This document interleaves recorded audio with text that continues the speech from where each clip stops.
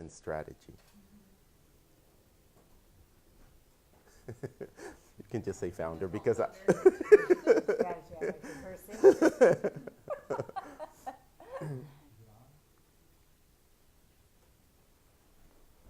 Are we live? Oh, it does appear? Okay. Don't say anything embarrassing anymore. Okay, we're on. So, hello everybody. Hi, live stream friends. My name is Trudy Goodman, and I'm the founding teacher at Inside LA.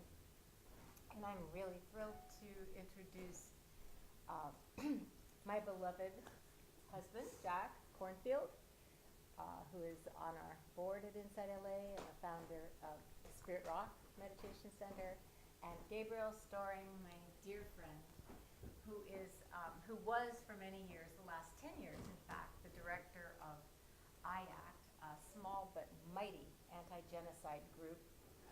And Gabriel is now the chief, he's still the founder and forever will be, but he's also now the chief chief of vision and strategy. Exactly. Correct? Yeah, I still have a hard time saying what I am. Yeah. So I'm really happy to be here with you. Thank you. I mean, what a honor, privilege. I mean, yeah, we travel together, and I every day listen to podcasts of Yak, so I kind of feel like I know you also, and yeah, it's just a privilege to sit with you.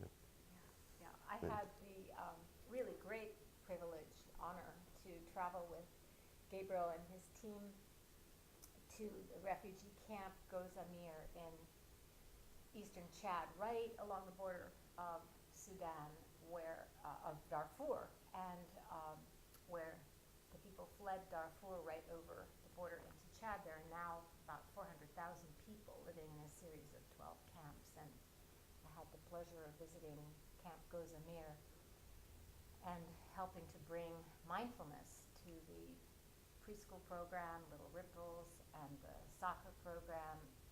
And at first I really had some doubts, like I wondered on the hierarchy of needs when people are hungry and unsafe and experiencing so much dislocation and rupture in their lives, where would mindfulness fit? You know, I just wasn't sure given everything else. And as it turns out, Gabriel was telling me that the refugees unanimously, when they're asked like which elements of the programs they love, they always say mindfulness. So Yeah. that was a big lesson for me, and it makes sense because it helps people stay present and connected to the here and now instead of always flashing back to their trauma, Yeah. which will happen anyway, but they have now a skill for bringing themselves back. Yeah. Yeah. And like you said, so they have so many needs and so immediate needs, and they have those horrible memories of what they lost. And we also get asked a lot, you know, why bring soccer? Why why is that? But you know, you're there, and the kids still want to experience. You know, that they're still kids. They want to play. They want to laugh. So it's almost like even more important for them to have spaces where they can just experience joy and be there, you know. When I tell the story of our soccer program and helping the refugees create a soccer team, it was in my very first trip when it was still so, I mean, the people had just experienced the violence. You still saw those blank stares where you know, and they would tell you their stories, but almost numb, and it was just so difficult. And then I brought out a soccer ball, and group of kids and guys on this rocky hill. We just started playing, and they get transformed. I mean, they were not refugees anymore. They weren't victims, survivors. They were just footballers. They were just playing. So just the power of being present and what that does is amazing. Which says something about the... Can I jump in and just see if I can... Mic isn't seem to... Excuse us. Okay, is that better? Yep. Which says something about the resilience of the human spirit. I remember being in refugee camps in Southeast Asia, and the little kids, the 2.5, 3, 4-year-olds, making toys out of evaporated milk cans with a little stick in between and making a little car and creating all kinds of games for themselves in this barren, desolate place. But the spirit of the children was, we're here, we're going to play, we're going to create our life. And it was kind of remarkable to see how it wanted to, it didn't take much. All you need was a little bit of permission or a little bit of space, and that human spirit starts to revive itself. Yeah, and then what it does for the parents to see their kids experiencing joy, and yeah, it's transforming. And yes, like, as you mentioned, when we do our trainings, and when we do Little Ripples training, it's a lot of information about early childhood, about play-based learning, but when we ask, what did you appreciate the most? They always say, all the teachers, oh, the mindfulness. So it's just fascinating. The mindfulness can connect them to themselves and their own lives, because they practice doing the things they know how to do.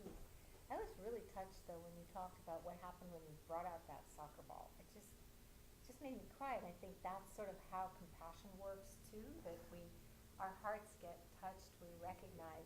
You need to share this mic. So, I was just saying that I was very touched when Gabriel told the story of everybody coming alive when they saw the soccer ball. These sort of very glazed over and traumatized folks, and people who've experienced just unspeakable trauma. And I think that's the basis of how we begin to appreciate each other's humanity and just recognize and care and have our hearts touched by each other, no matter how different our circumstances are. And to have this kind of awareness of how it is for the refugees that we can translate into our lives. And, well, what if I had to flee this moment right now, leaving the mic and the camera and everything behind? And then I'm at a campsite, basically, and I have to stay there for years and years and years. I think it's just, however we can help people begin to experience what that might be like in a way that they relate to themselves and their own lives, I think will help get more support and interest in the work that we're doing. Yeah, and I mean, the refugee crisis, the people on the move crisis, it is just so immense right now. For sure, it's about 70 million now. The last number I saw was 69 million. So by you know that a few months later, it's already probably over 70 million people that have been displaced by violence and oppression. There's this professor, Paul Slavic, that we've followed from early on, and who we've met since, who studies how humans make decisions. And then he started to really focus on what he calls psychic numbing, which is where the human will respond to one human suffering. But that once you go to 2, the response goes down. Then once you go to 3, more. And then when you talk about millions, it is just in human nature to turn the other way. It's too much. It's too much. Yeah. Are there anything in your experience with mindfulness and these practices that might be able to counteract that numbing that everybody feels, which is what Professor Slavic says, it's human. That's kind of it's like kind of the way we're wired, right? For protection, really, for self-protection. I think there are, and I want to let Jack speak to that. Well, when you talk, Gabriel, I get sad because I see, as the people who are listening and watching, on the screens, on the news, the streams of refugees, Latin America and Central America, Africa, Asia, around the world. And I know how wrenching it is for them. And I also, the sadness comes like, what can we do? Even if you start to not numb out and you start to let it in, you see both the enormity of it, and you also see somehow that it's going to grow. It's not actually going to diminish. With climate Right. change Yeah. and with the desertification of places and the increasing fight for resources and so forth, this is not something that's just going to go away, that we solve. So it also kind of goes into the question of what is our global responsibility, we who have privilege. And it's easy to numb, you know, and be in denial in some way. It's also easy to kind of say, well, it's too big. There's nothing I can do. It's too big a problem. And one of the things that a meditation practice allows us to do, first of all, is to become sensitive in our own body and mind. So when we see the images, we can notice when we check out, and also we can tune in and realize, oh, ow, this is hard to see. And that starts to evoke what's called the great heart of compassion, that we have as human beings the ability, when we train or when we open to it, to hold all of this in our hearts. So it starts to, by tuning in with mindfulness and loving awareness, we start to see, oh, how does this affect me? And can I hold that effect, which is really an echo of their suffering that we carry in ourselves because we're connected? Can I hold this with compassion so it doesn't overwhelm us? And then there starts to come, because compassion, as Thich Nhat Hanh says, compassion is a verb. It's not just an emotion. Then there comes innately the same response of when a child falls in the street, you want to reach out, what can I do? And that's a very different impulse than it's too big, it's too overwhelming, I don't know what to do, I just have to go through and hope somebody takes care of it. The fact is that we can make a difference, and each one of us has the capacity to add to that direction of humanity, of care, in all kinds of ways, whether it's the refugees in your very own community and the people who are seeking asylum, whether it's going to the borders or whether it's getting, working in the schools or getting politically active, or whether, it's donating. There are all kinds of things that we can do. And when you start to feel, all right, I can tolerate this, I have enough mindfulness and enough trust and compassion that I can tolerate this, then what seeds can I plant?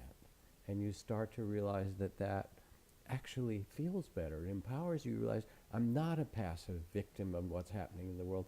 I'm an agent like every other human being here, and I can contribute my piece.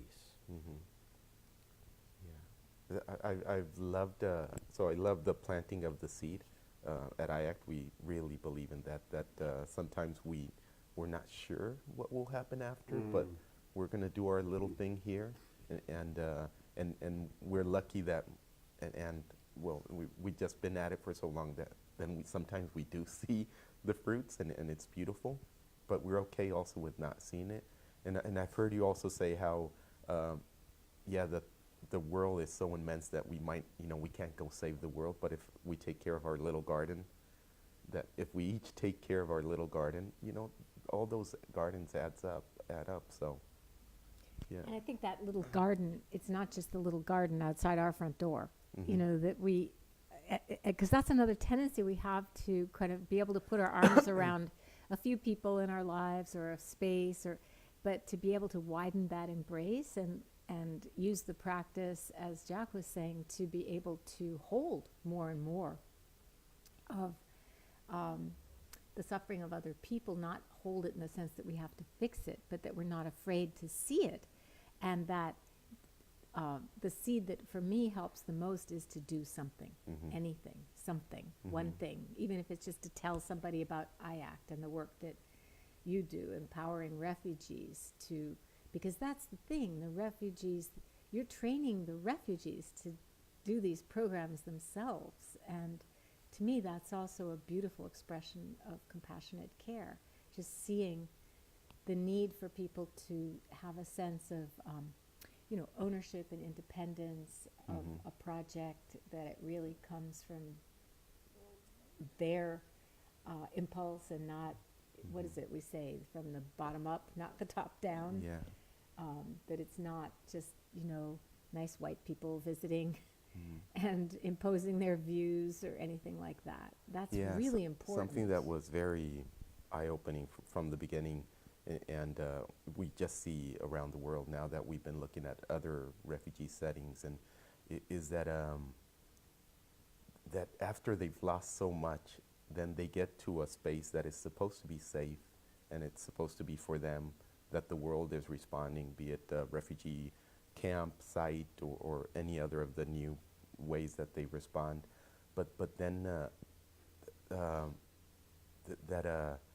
the lack of dignity in how they're treated, and by well-intentioned people. So that's another thing that I see long term, that again just has an effect that's gonna last over generations, but then it's an opportunity to that if we see these 70 million people as assets, as everything that they bring with them, all their experience, their knowledge, think of the opportunities that are there, instead of seeing them as a problem. How are we going to deal with this problem? Yeah. But it does take like a reframing of from everybody that's dealing with the situation. When Trudy and I were invited to go down to Tijuana, to on the other side of the border, and to visit a couple of migrant shelters, a men's and women's shelter, where one of the teachers that she'd trained inside LA, Rosa Maria, was running a mindfulness program for refugees. One of the things that was most striking, the men's shelter was better organized than the women's shelter. Women's shelter was a bit more chaotic, and it was harder because they had lots of children, and I think the level of trauma of the women was even more extensive than the men, of all different kinds. But in the men's shelter, along with providing some health care and along with providing some legal advice and those things, they also had arranged for the men to be able to do some work in Tijuana and come back to the shelter to make a little bit of money, not a lot, they weren't paid very well, but to make some money and do something in that community. And the feeling in there was so different. We visualized the streams of refugees, and they become kind of target populations. Oh, these are the criminals and so forth. Yeah. All that it took was to say, here's a little opportunity to work, to have some dignity. Yeah. And the place felt clean and well organized, and the bearing of the man in there was really different than when you see refugees trudging along. And it was not long, it did not take much. It just took that kind of caring heart and a little bit of empowerment of their dignity. And it's kind of, Beautiful, it yeah. reminds me of what struck me when I first was at Gozamir, that here's a place where 30,000, how many? 30,000 30,000. people are living, 30,000 traumatized, displaced, dislocated, hungry people are living, and they have organized a community where, not to idealize, I mean, we're all human beings and they are too, but where there's actually a sense of community leadership and order and fairness and how resources are distributed and shared.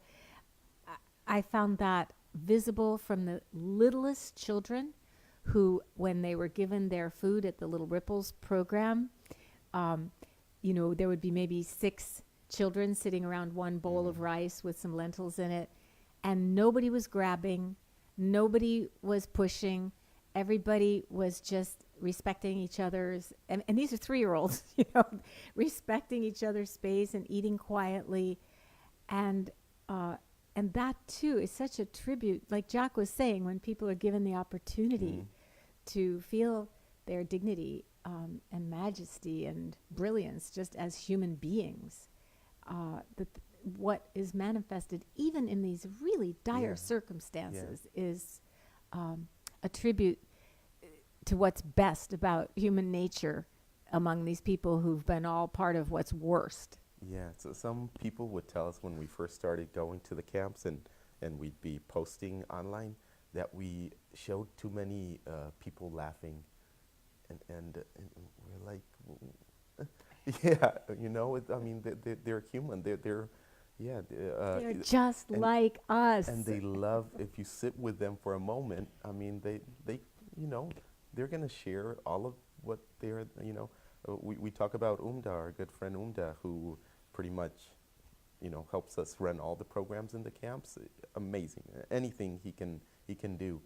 But his experience is that at the height of the genocide, 47 family members were killed in 1 week.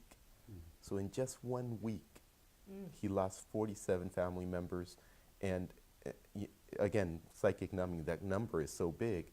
But when Umda tells me about it, he says the name of each person and who they were. And it was, you know, my cousin, and she was pregnant, and each one of them. So he knows the story of each one of them. So I cannot connect with that suffering. But then you're with them. We're laughing every day with them and just having a good time and thinking forward about how we're going to make things better. So the human spirit is amazing. It's amazing.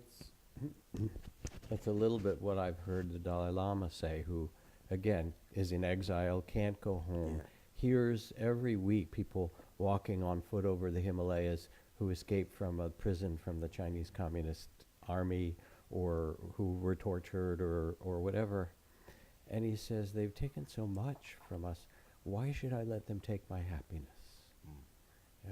And I think that's one of the reasons that people go to hear the Dalai Lama, not just for the Tibetan teachings, which are, you know, huge and transformative and sometimes sort of hard to figure out, or, you know, the fact that he's a Nobel laureate political leader. I think people go to hear him laugh, to see somebody who carries the level of burden and responsibility, who has such a joyful spirit. And he and Archbishop Tutu did this beautiful book called The Book of Joy, when Tutu was talking about all the terrible things that they'd lived through in apartheid and the many people around him who were killed in various ways. And a lot of the book is them laughing and teasing and giggling and saying, here we are, we're still alive, we're still vital, and we can make a difference. We can make a difference. And that sense of both empowerment and joy that we actually can live in a way that matters in this world is what we want for everybody. All the people who are listening, that's possible for you, and you can take that as a seed and plant it in your community or in different ways. How do we keep that joy, laughter when so much out there is negative? So that's been also something that has happened over the years since I started working with refugees, that it's now become a negative word, where it's something to fear, it's the other. You talked about going to the border and you know, how the people that you saw there, they're described as these masses that are coming to take away what's ours. How do we keep ourselves from fighting back in a negative way? Because it's just so difficult to not feel upset and angry at you know, all that negativity. All those projections and negative characterizations of people that we meet and know and see are good people who've really just encountered unbearable circumstances or are fleeing for their lives, all these things. I'm really glad you asked that question, because I know for me, when I witness any sort of organizational response, I got a fundraiser for something recently, and it included a sticker that you could put on your car, or your bumper sticker, and it said, "Let's stick it to them." And I thought, no, I'm not. I'm not going to do that, because that generates more animosity. So I think this is again where the compassion comes in, to understand that the people who have these fears are actually ignorant about a lot of the gifts that you were talking about, that people can bring with them. I sometimes think of it as though it's each person is like a little library or something, you know, a treasure of the experiences and learnings and of each of their lives. And so I think the more that we can respond from the heart, apolitically. What was that saying you just read to me when I asked you to translate it? It was something like, if you come from the heart, you'll never go wrong. Right, yeah, it won't be a mistake. Yeah, yeah. From the Popol So Vuh. really understanding where people are coming from and being willing to listen to their perspective and their fears, I think that's so important, because that's what's kind of not happening a lot in our society right now, that it's hard to listen to each other because we have so much intense reaction to what is being we feel misunderstood, and they feel we don't get it. Right. So if we could just listen to each other, I think instead of fighting back, that could be really helpful. And imagine if technology functioned to facilitate understanding and to help people see each other's perspectives and find common ground, because research shows that people actually want to have common ground and can find common ground when the voices of polarization aren't the ones that are being amplified. It's just people to people. Yeah, just people to people.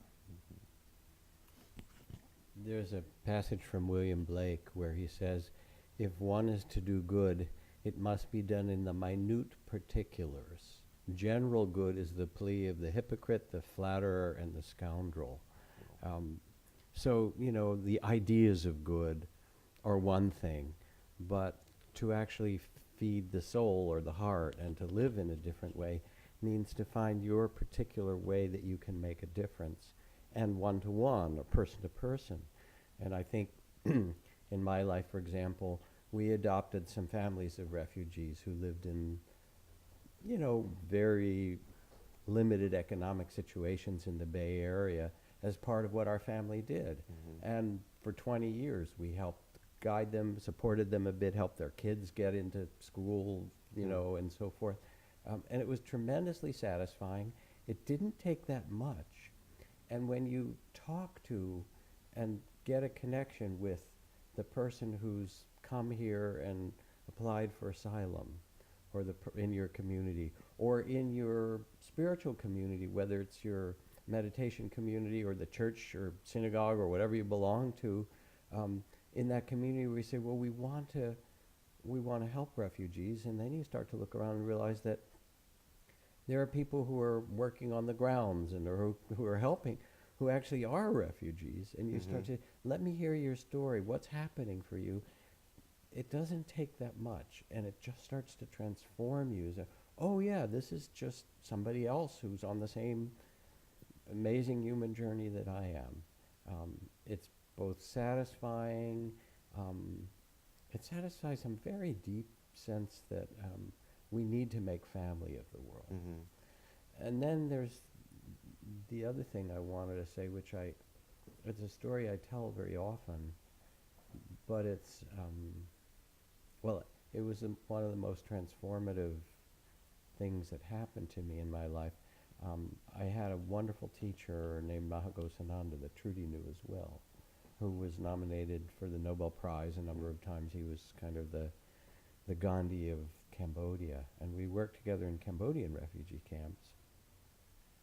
And when he went into the camps, there was an underground, as there probably is in the camps in Chad, of the Khmer Rouge, remnants of those that were frightening people and saying, when you get out, if you do the wrong thing, we'll kill you.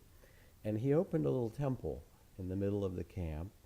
He wanted to give them back what was taken from them, a little ritual temple.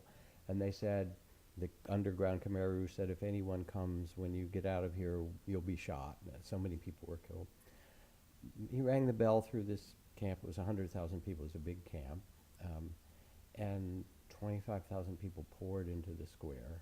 And I thought, well, what is he going to say to all these people? All the members of his family were killed too. All 19 members of his family were killed. And you could look out and see that same blank face of people who carried immense trauma.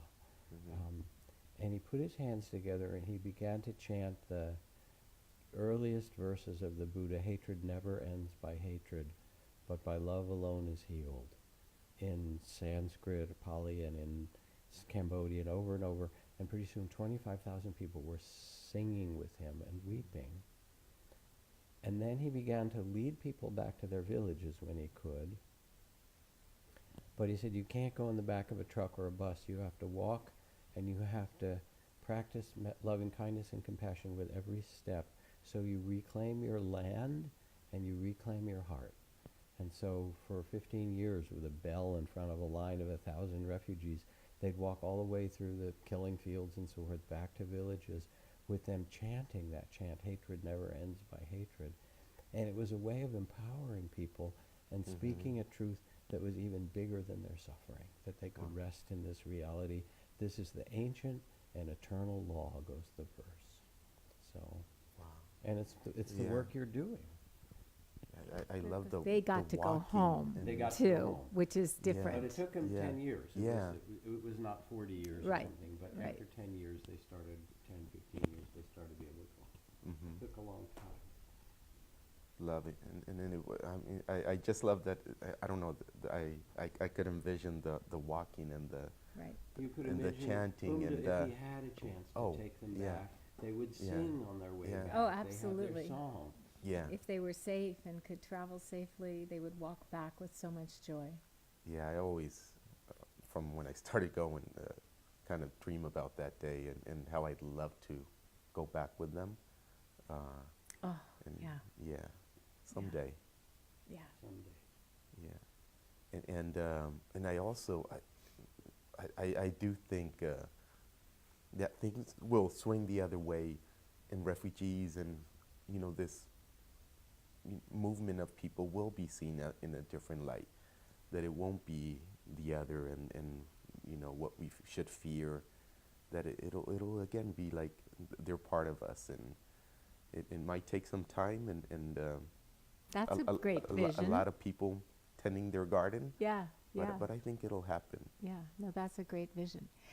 And Gabriel, is there anything that you would like us to share with people that just hasn't come forth so far? Just Well, I just love this kind of coming together of mindfulness community with the humanitarian activist community, which has always been there. yes. But I love how it just makes sense that so many of the tools that come from the community that you have helped build here in the United States makes so much sense in connecting with these huge issues at the big level, but then also in the personal level. One question that I do have, and that I don't know if some people might be afraid of allowing themselves to participate because of the burden that it would mean for them. What are ways to take care of yourself? How you've Oh my been gosh, I've connecting been with there, and suffering for so long. How do I- you take care of yourself to where you still wake up every morning and feel, I want to do more? Well, for me, the key is feeling that what I'm doing is actually helping, that people are actually appreciating and taking it into their own lives and making it their own. And that's what we see. I want to thank you too, because for us at Insight LA, we have our Insight in Action, we have our humanitarian projects, but to be able to participate with something like this is really an honor for us. And, I'm wearing this crystal, which came from Darfur, given to me by refugees. And I feel like, this is just the kind of gesture. This is a concrete, beautiful gift, but in so many ways, with their smiles and appreciation and welcome. And in Africa, in that part, in Darfur, when you greet people, they say, how is your family? Right away. It's That's a the first, long just like greeting. we say, how are you? It's It like, doesn't stop, how is yeah. your family? And then you need to go through all the names and all the Yeah. family members. And, Yes, and your mother, and and- how's your grandfather, and how's and your... but what yeah. they're doing is pointing to always to our connections and to the support systems that we have around us, and that we're not alone. And to me, that's one of the biggest, this sense of community, the sense of working together, combined with the love that flows back and forth, is one of the ways that we sustain and protect our hearts as we do this work. And it's so powerful and very joyful. And I can tell so many stories, maybe not of the scale and that Jack was just talking about, but so many stories, and so can you, and so can your entire team tell so many stories of kids and adults and whose lives are being transformed, and who show that to us, even if not explicitly verbally. We see it in their flowering. In the mindfulness teachings, from the very beginning, it describes being mindful inwardly and outwardly. So we're really talking about the outward mindfulness of seeing the circumstances and then responding with compassion. But the circle of compassion isn't complete unless it also includes one other person beside all those you might want to help, and that's yourself. Mhm. So you need to pay attention inwardly and outwardly. And when you find the right way, or when you explore, you experiment, how can I make a difference? You pay attention inside and feel how it nourishes you. And the right measure. Because if you lose yourself, that's not helpful, as you say. But on the other hand, if you don't act, that's also an impoverishment. And real mindfulness and the capacity of compassion says, yes, I can tune to myself. And as Trudy talked about, I'm part of a family, supported by and so forth. And from the very beginning in the Buddhist community, all kinds of teachings about respect, dignity, caring for one another were as much a part of the mindfulness as being aware of your own breath. So they're woven in from the beginning, because the point is, this is what makes us fulfilled and happy and free as human beings. And the people who are listening can listen, and then inside, take the measure and say, have I been afraid? Can I hold that fear with some compassion so I'm not judging myself? And then can I take another step? What would nourish me and feel empowering that also empowers the dignity of others? That becomes a practice. And just as I was asking you, Gabriel, if there's other questions or things you want us to talk about, I would like to just turn to our live stream folks and see, are there any questions coming in? There are, yes. Catherine asks, what do you do when you come from the heart, but we have an administration that I feel like I need to work against? Okay.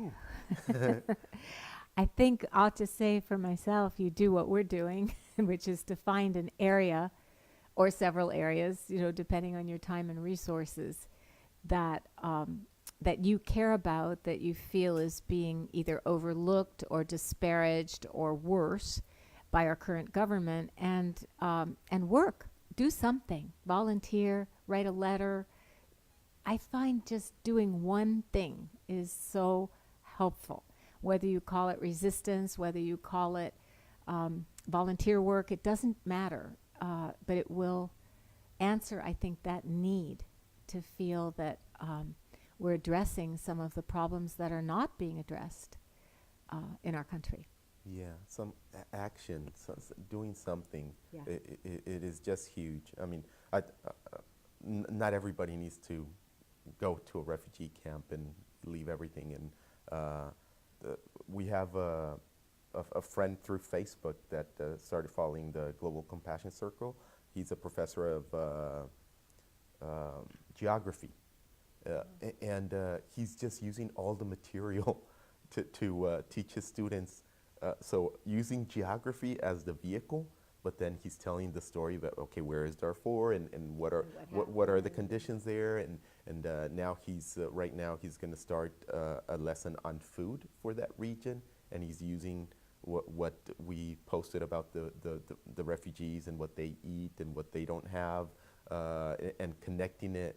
He wants them to be mindful about what they eat. They're going to follow what they eat for a week and then compare it to what our Little Ripple students might eat. So, That's and it's, you know, That's completely, you would never think, you know, a geography professor, how is he Yeah. going to connect it? He found a beautiful way to connect it. And who knows, again, planting seeds.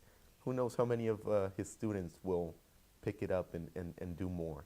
And it's also, you're pointing to the importance of awareness, that before we can act, there has to be awareness of what the issues are and what needs to be addressed. And that may be an area, Catherine, that you feel moved to help with, just letting people know. I mean, the international community, just for one example, has sort of forgotten the Darfuri people. They've been there for 15 years. That's just one example, and there are other places, too, around the planet. So I think awareness and action, yeah. I know there's another question. There's one more, yeah, from Tom. Tom. Do you think we also need to better understand why people have left or were forced from their homes? I think too many times we see the end result and people Oh, yeah. demonize them. However, if we understood the beginning of the story, would we better understand the situation? Can you paraphrase so people can hear? Yes. So Tom's question is a wonderful question, Yeah. which is, do you think it would be helpful to know what is the origin story? Why are people on the move? Why are they fleeing their homes? You know, why are they refugees? And because they can be more easily disparaged or demonized as, you know, just wanting what we have, for example, when actually, if they stay where they are, they could be tortured and killed.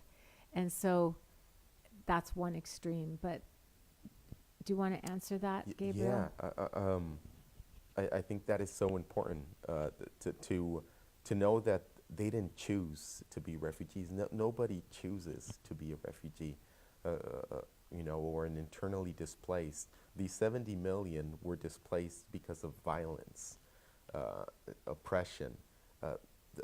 Nobody chooses that. They're not wanting to go take something from others. From, you know, the different refugees that I visited, they all would want to go back home. When I asked the question, would you go back home? If they said, I'd go back tomorrow if the conditions were safe. So yeah, I think it is important that many might not understand what drove all these people to flee. Do you have another question? My daughter, who's a immigration lawyer, runs a little nonprofit for people seeking asylum, and in particular for LGBTQ from around the world. And so she gets people like a gay guy from Uganda who'd be stoned to death if he Right. went back, or, you know, she had a transgender woman from Saudi Arabia, if you can imagine, and people, and almost everyone that they see, and they've, you know, hundreds of cases every year, are people who have been beaten or raped or tortured in all kinds of ways. What happens when they do get asylum, and it's beautiful, they started to make a gallery of, is they build a life again.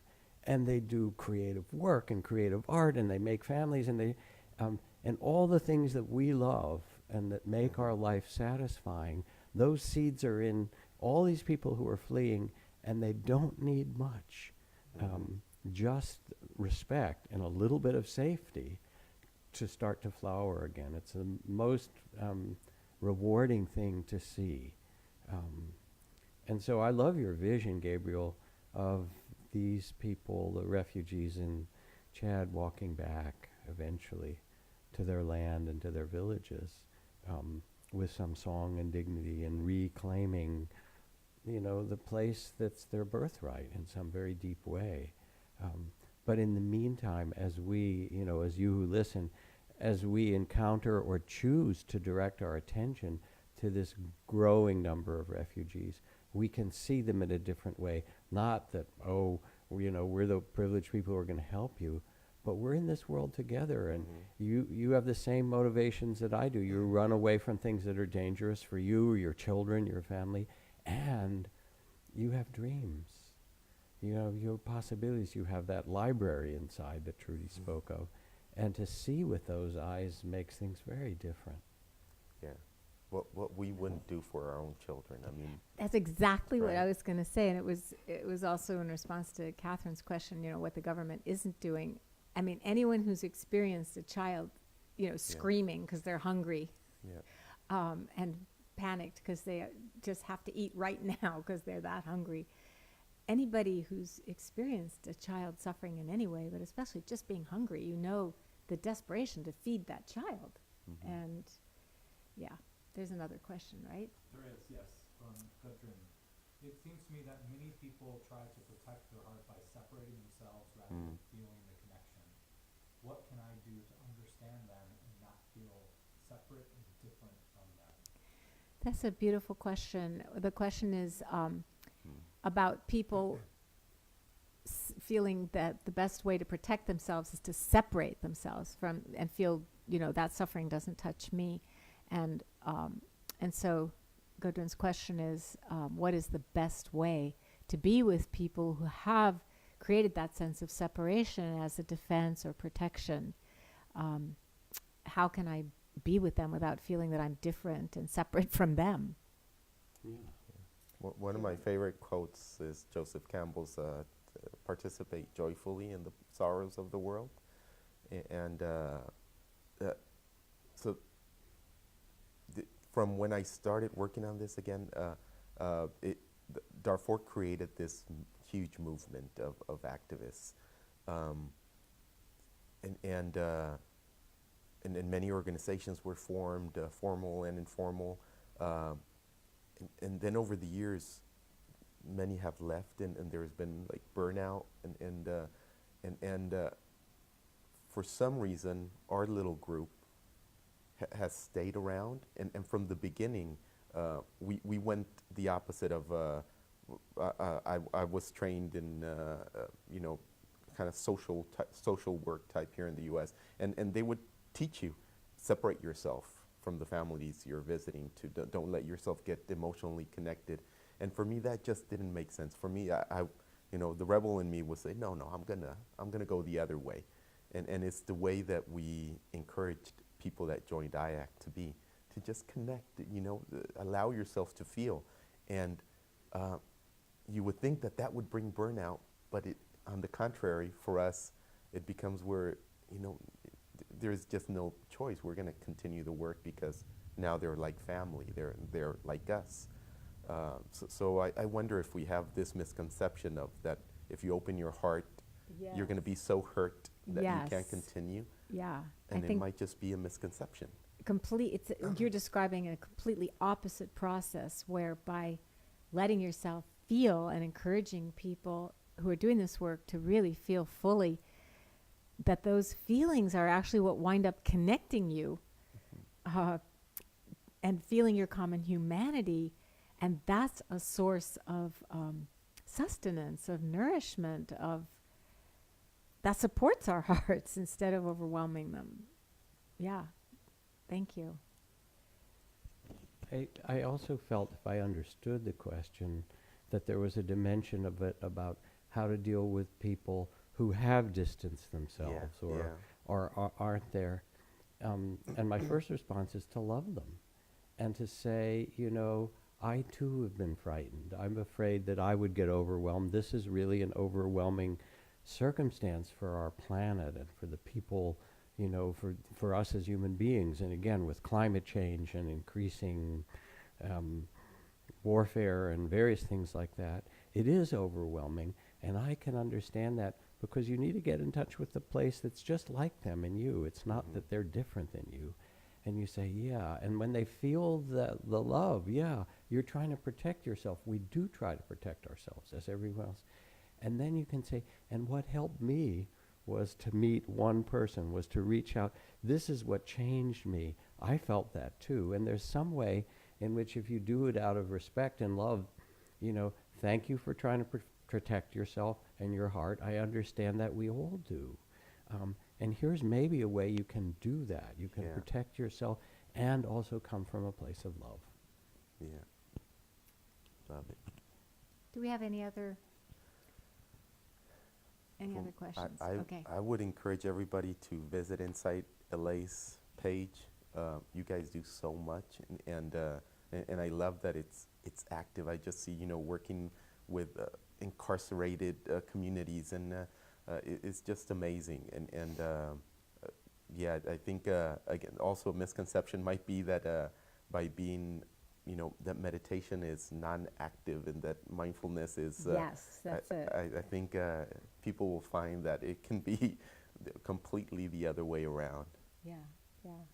Well, thank you. It's really true that I think that inside LA we are teaching meditation and ways for people to access their inner resources, and to do that in a way that is safe and really deepens our connection to ourselves.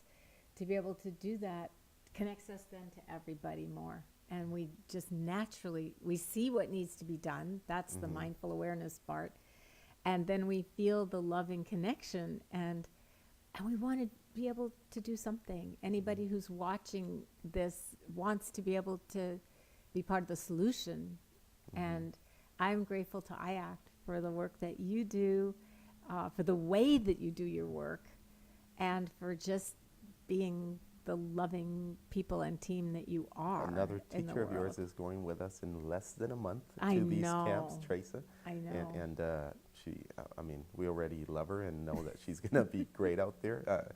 Yeah, you bring something special, and our community is just getting bigger. Thank you. Thank you.